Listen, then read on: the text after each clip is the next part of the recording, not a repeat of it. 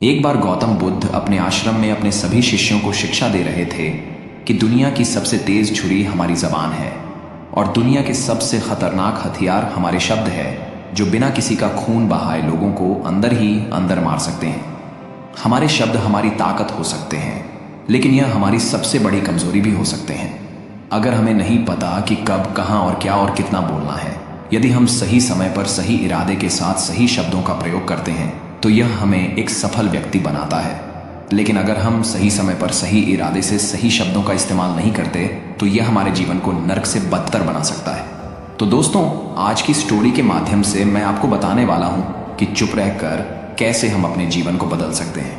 आपको चुप रहने की शक्ति का एहसास इस वीडियो में होने वाला है। वीडियो शुरू करने से पहले कमेंट बॉक्स में नमो बुद्धाय लिखकर वीडियो को लाइक जरूर करें। तो चलिए शुरू करते हैं इस कहानी को। जापान में एक बहुत ही प्रसिद्ध बौद्ध भिक्षुक रहा करते थे। उनका नाम रिसाई था। रिसाई अकेले रहते थे। दुनिया के शोर शराबे से दूर जंगल में वो रहते थे और वह बड़े ही ध्यानी और प्रभु भक्त व्यक्ति थे, इसलिए वह पूरे जापान में बहुत अधिक प्रसिद्ध थे। एक दिन एक राजकुमार रिसाई के पास आया और बोला, हे प्रिय भिक्षु, मैं हमेशा थका हुआ, निराश और परेशान महसूस करता हूँ। मेरा मन बहुत अशांत रहता है। हालांकि मेरे पास सब कुछ है, दौलत, शोहरत, सुख सुविधाएं जो हर व्यक्ति चाहता है या पाने की इच्छा करता है, लेकिन फिर भी मेरे अंदर इतनी अशांति और चिंता क्यों है? रिसाई ने उसकी बात बहुत ही ध्यानपूर्वक सुनी और कुछ सोचने के बाद कहा, तुम इस प्रश्न का उत्तर जानते हो, बस तुमने कभी इस प्रश्न को हल करने की कोशिश नहीं की है। रिसाई ने आगे कहा, मैं एक रिसर्च करना चाहता हूँ, क्या तुम मेरा साथ उसमें दोगे? इस रिसर्च के बाद तुम्हारे जीवन में किसी भी तरह की अशांति और चिंता नहीं रहेगी। ये बातें सुनकर राजकुमार बहुत हैरान था। उसने रिसाई से कहा, बताइए मुझे क्या करना होगा? अपने मन की शांति के लिए मैं कुछ भी करने को तैयार हूं। राजकुमार की इन्हीं बातों को सुनकर भिक्षु ने कहा, तो फिर आप अगले 15 दिन के लिए मेरे आश्रम में रहोगे और एक सामान्य व्यक्ति की तरह अपना जीवन व्यतीत करोगे, और इन 15 दिनों में तुम अकेले और चुपचाप रहोगे, जितना हो सके कम बोलोगे। राजकुमार उस भिक्षु की बातें सुनकर सहमत हो गया। पहले दिन राजकुमार को लगा कि उसका मन सामान्य से अधिक अशांत और विचलित है। उसके मन में तरह तरह के विचार आ रहे हैं और वह आम लोगों की तरह जीवन जीने में असहज महसूस कर रहा है। उसे अंदर से बोलने की इच्छा हो रही थी, लेकिन वह चुपचाप रहा। उसके मुंह से एक भी शब्द नहीं निकला, बस वह चुपचाप बैठा रहता। लेकिन रात होते होते उसे अंदर ही अंदर शांति का अनुभव होने लगा। उसके लिए यह अनुभव अजीब था। वह खुद से पूछ रहा था कि वह अंदर ही अंदर इतना खुश क्यों है और उसकी आंतरिक बेचैनी और चिंता कम क्यों होने लगी है। अगले दिन राजकुमार अकेला चुपचाप बैठा रहा और वह प्रकृति को निहार रहा। वह पौधों को, फूलों को, आकाश में उड़ रहे पक्षियों को। वह अपने जीवन में पहली बार यह अद्भुत दृश्य महसूस कर रहा था कि उसके पास कितनी सुंदरता है। वह दिन भर प्रकृति की सुंदरता को निहारता रहता और उसकी ताजगी को महसूस करता रहता। इसी तरह से 10 दिन बीत गए और उसके मन की सारी बेचैनी, सारी हलचल, सारी उथल पुथल और सारा तनाव गायब हो गया। 11वें दिन की सुबह राजकुमार फिर से एकांत में बैठ गया और कुछ ही मिनटों में उसकी आंखें अपने आप बंद हो गईं और वह गहरे ध्यान में चला गया। वह पूरे दिन वहीं पर आंखें बंद करके बैठा रहा और गहरे ध्यान में डूबा रहा। ना कोई शब्द, ना कोई चिंता। राजकुमार भीतर से असीम शांति और आनंद से भर गया। राजकुमार अपने बाकी के 4 दिन इसी तरह गहरे ध्यान में व्यतीत करने के बाद 15 दिन बाद रिसाई के सामने प्रस्तुत हुआ और रिसाई को प्रणाम करके बोला, प्रिय भिक्षु, मुझे उत्तर मिल गया कि मेरे मन में इतनी उथल पुथल और चिंता क्यों थी। मैं जान गया कि मेरा मन इतना अशांत और विचलित क्यों था। रिसाई मुस्कुराते हुए पूछा, बताओ क्या उत्तर मिला तुम्हें? राजकुमार ने कहा, मैं आवश्यकता से अधिक बातें करता था। मैं किसी पर भी अपने शब्द और ऊर्जा व्यर्थ करता था। मैं दिन भर अपने लोगों से फालतू की बातें करता रहता और फिर उन्हीं के बारे में अकेले में सोचता रहता और ज़्यादातर समय नकारात्मक ही सोचता रहता।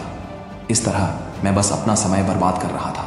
ज़्यादा बोलने और नकारात्मक सोचने की वजह से मेरा मन अशांत और बेचैन हो गया था और इसी वजह से मैं किसी भी काम को ठीक से नहीं कर पा रहा था, जिसकी वजह से मैं हर काम में असफल होने लगा।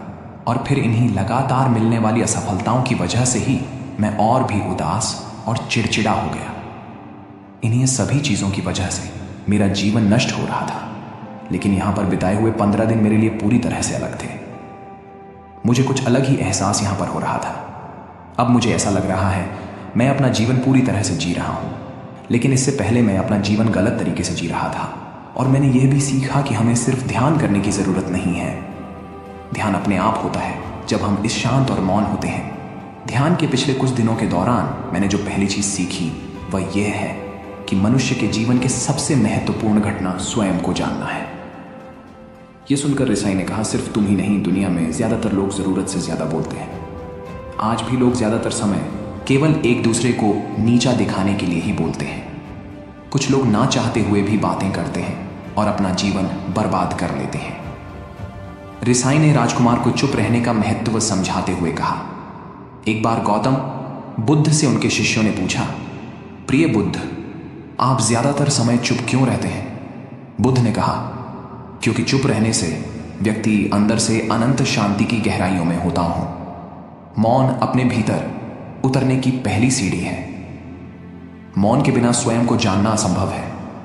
स्वयं को जानने और समझने का पहला नियम है कि मौन हो जाओ, उतना ही बोलो जितना अत्यंत आवश्यक हो। बेफिजूल की बातें करना छोड़ दो। तुम अचानक पाओगे कि 90% से भी ज्यादातर लोग व्यर्थ ही ज्यादा बोलकर अपना समय बर्बाद कर रहे हैं। ना बोलने का कोई भी नुकसान नहीं है, लेकिन यदि आप ज्यादा बोलते हैं तो आप अत्यधिक गलती कर देते हैं।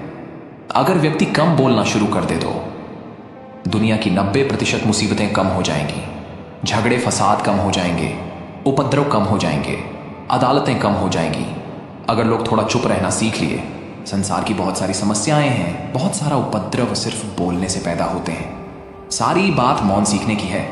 जब तुम नहीं बोलते तब तुम एकांत में अकेले हो गए, भरे बाजार में भीड़ में खड़े हो नहीं बोलते, हिमालय के शिखर में पहुंच गए। जिसने मौन की कला जान ली वो भीड़ में भी अकेले होने की कला जान लेता है। वो अपने भीतर ही डुबकी लगाने लगता है। एकांत में तो आदमी स्वर्ग में है, दूसरे की उपस्थिति ही बेचैनी पैदा करती है। पहले तुम्हें चुप रहने की शक्ति को धारण करना होगा। इससे तुम अधिकतर ऊर्जा को बचा लोगे और फिर इस स्थिति में पहुंच जाओगे कि तुम कम बोलने लगोगे। अगर तुम किसी के यहां पर जा रहे हो और परेशान हो जाओ तो ऐसे में उचित है कि आंखें बंद कर लो और अपने में खो जाओ। वहां से आपको ताजगी महसूस होगी, क्योंकि तुम्हारे अंदर ही जीवन का वो स्रोत छिपा हुआ है, वह किसी दूसरे में नहीं है। इसके बाद राजकुमार उस रिसाई से पूछते हैं, आखिर कौन हमें अपने अंदर तक लेकर जाएगा? ये बातें सुनकर रिसाई बुद्ध कहते हैं, तुम्हें स्वयं ही अपने अंदर उतरना होगा और वहीं से परम राज्य जीवन का आनंद ले पाओगे। आनंद का यहीं से जन्म हुआ है, यहीं से तुम मौत में डूब जाओगे। यही तुम्हारा सूरज उदय होगा और यहीं से अस्त होगा। इसी प्रकार तुम बार बार डुबकी लगाओ। जब भी तुम डुबकी लगाकर लौटोगे वहां से तुम पाओगे फिर ताजगी भरी जीवन की नई संपदा मिलेगी। इस नई शक्ति के जन्म होने से तुम्हारी थकान गई, उदासी गई, चिंता गई। जैसे कोई स्नान करके लौटता है तो शरीर शीतल हो जाता है, शांत हो जाता है। ऐसे ही जब कोई भीतर से साफ होकर वापस आता है, मौन में स्नान करके लौटता है, तो समस्त अस्तित्व, समस्त व्यक्तित्व शांत और मौन हो जाता है, आनंदित हो जाता है। जब तुम आंतरिक मौन की उस पराकाष्ठा पर पहुंच जाओगे तब तुम पाओगे कि बोलने से भी तुम्हारा मौन खंडित नहीं होता, वो बना ही रहता है। उसकी एक अंतर्धारा लगातार तुम्हारे भीतर बहती रहती है। तुम बोलते तो हो, तुम शब्द का उपयोग भी करते हो, लेकिन वो तुम्हारे मौन को खंडित नहीं कर पाती। एक बार गहरे मौन में स्थिर हो जाओ, फिर तुम्हारी वाणी में भी मिठास आ जाएगी। तुम्हारा बोलना संगीतपूर्ण होगा, तुम्हारा बोलना सत्य होगा। तुम बोलोगे तो दूसरों पर भी शीतलता छा जाएगी। जैसे ही तुम अंदर से चुप होते हो, तुम इतने शक्तिशाली होने लगते हो कि समाज की निर्भरता तुम छोड़ने लगते हो और तुम्हारे जीवन में एक मस्ती आती है जो केवल दीवानों के जीवन में होती है। तुम्हारे चेहरे पर एक नई रौनक आ जाती है, तुम्हारी आंखें किसी अमृत के समान हो जाती है और तुम अनंत शांति के समुद्र में डूबने लगते हो। इतना कहकर भिक्षु रिजाई ने अपनी बात खत्म की और वो मौन में चले गए। राजकुमार उनका धन्यवाद कर कर अपने महल में चला गया। दोस्तों, आपने भी अनुभव किया होगा कि बहुत ज्यादा बात करने से दिमाग अशांत हो जाता है, जिससे हम अपने दिमाग पर नियंत्रण खो देते हैं और साथ ही अपना ध्यान भी खो देते हैं। जो लोग बहुत ज्यादा बोलते हैं उनके पास किसी एक काम पर ध्यान केंद्रित करने की काबिलियत नहीं होती। वो अपने किसी भी लक्ष्य पर पूरी तरह से केंद्रित नहीं कर पाते। अगर हमारा दिमाग एक जगह केंद्रित नहीं है तो हम जीवन की सच्चाई नहीं समझ पाते और ना ही मनचाही सफलता कभी हासिल कर पाएंगे। इसके अलावा भी आपने देखा होगा कि जो लोग अधिक बोलते हैं वो अक्सर लोगों के बीच हंसी का पात्र बन जाते हैं। और जो लोग कम बोलते हैं और अपनी बात पर कायम रहते हैं उन्हें लोगों से सम्मान मिलता है। लोग उनकी बातों को सुनते हैं और उन पर भरोसा भी करते हैं। जो लोग ज़रूरत से अधिक बोलते हैं और अपने विचारों के बारे में पक्के नहीं होते, उनका दिमाग स्थिर और विचलित रहता है, शोर से भरा रहता है। और एक अशांत दिमाग वाला व्यक्ति जीवन में किसी भी चीज़ में सफल नहीं हो पाता, क्योंकि वह किसी भी काम में फोकस नहीं कर पाता। यदि किसी व्यक्ति को यह पता है कि उसे कब, कहां और क्या बोलना है, तो वह व्यक्ति सच में बहुत बुद्धिमान है। और ऐसा व्यक्ति जहां भी जाता है उसका व्यक्तित्व आकर्षण का केंद्र बन जाता है और वह जो कुछ भी करता है उसमें सफल अवश्य होता है। अगर हम किसी महान और सफल व्यक्ति के व्यक्तित्व को गहराई से देखें तो पाएंगे कि वो कम बोलते हैं और कम से कम शब्दों में अपनी बात खत्म कर देते हैं। वो बोलने से पहले वो चीज़ों और जिसके बारे में उसे बोलना है उनके बारे में गहराई से सोचते हैं। लेकिन जो लोग बहुत ज़्यादा बोलते हैं, बहुत बार वो झूठ भी बोलते हैं और अपनी बातों से दूसरों के मन और विचारों पर कचरा डालते रहते हैं।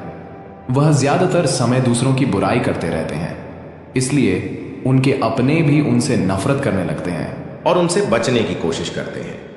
हमारे भारतीय उपनिषदों में कहा गया है कि हमारे शब्द वास्तविक ब्रह्म शक्ति है। मौन से धैर्य आता है, धैर्य से ध्यान और ध्यान से हम अपने जीवन के बारे में जागरूक हो जाते हैं। इसलिए अगर हम ज्यादा बात करते हैं तो हम मौन को खो देते हैं, जो मन की शांति का पहला स्तंभ है। दोस्तों, आज से हम भी चुप रहने का अभ्यास अवश्य करेंगे। आज से हम भी वही बोलेंगे जो जरूरी है और हम कोशिश करेंगे कि कम से कम शब्दों में अपनी बात खत्म करें। और हो सके तो कोशिश करेंगे कि रोज कम से कम 30 मिनट एकांत में चुपचाप बैठेंगे। और मुझे पूरा विश्वास है कि इससे हम सबके अंदर एक सकारात्मक बदलाव जरूर आएगा। इसी के साथ इस वीडियो को खत्म करते हैं। दोस्तों, उम्मीद करता हूं आपको इस कहानी से एक अच्छी सीख मिली होगी। ये कहानी आपको कैसी लगी हमें कमेंट बॉक्स में कमेंट करके जरूर बताएं। और साथ ही इस कहानी को अपने दोस्तों के साथ जरूर शेयर करें ताकि उन्हें भी इस कहानी से कुछ सीखने को मिल सके। धन्यवाद।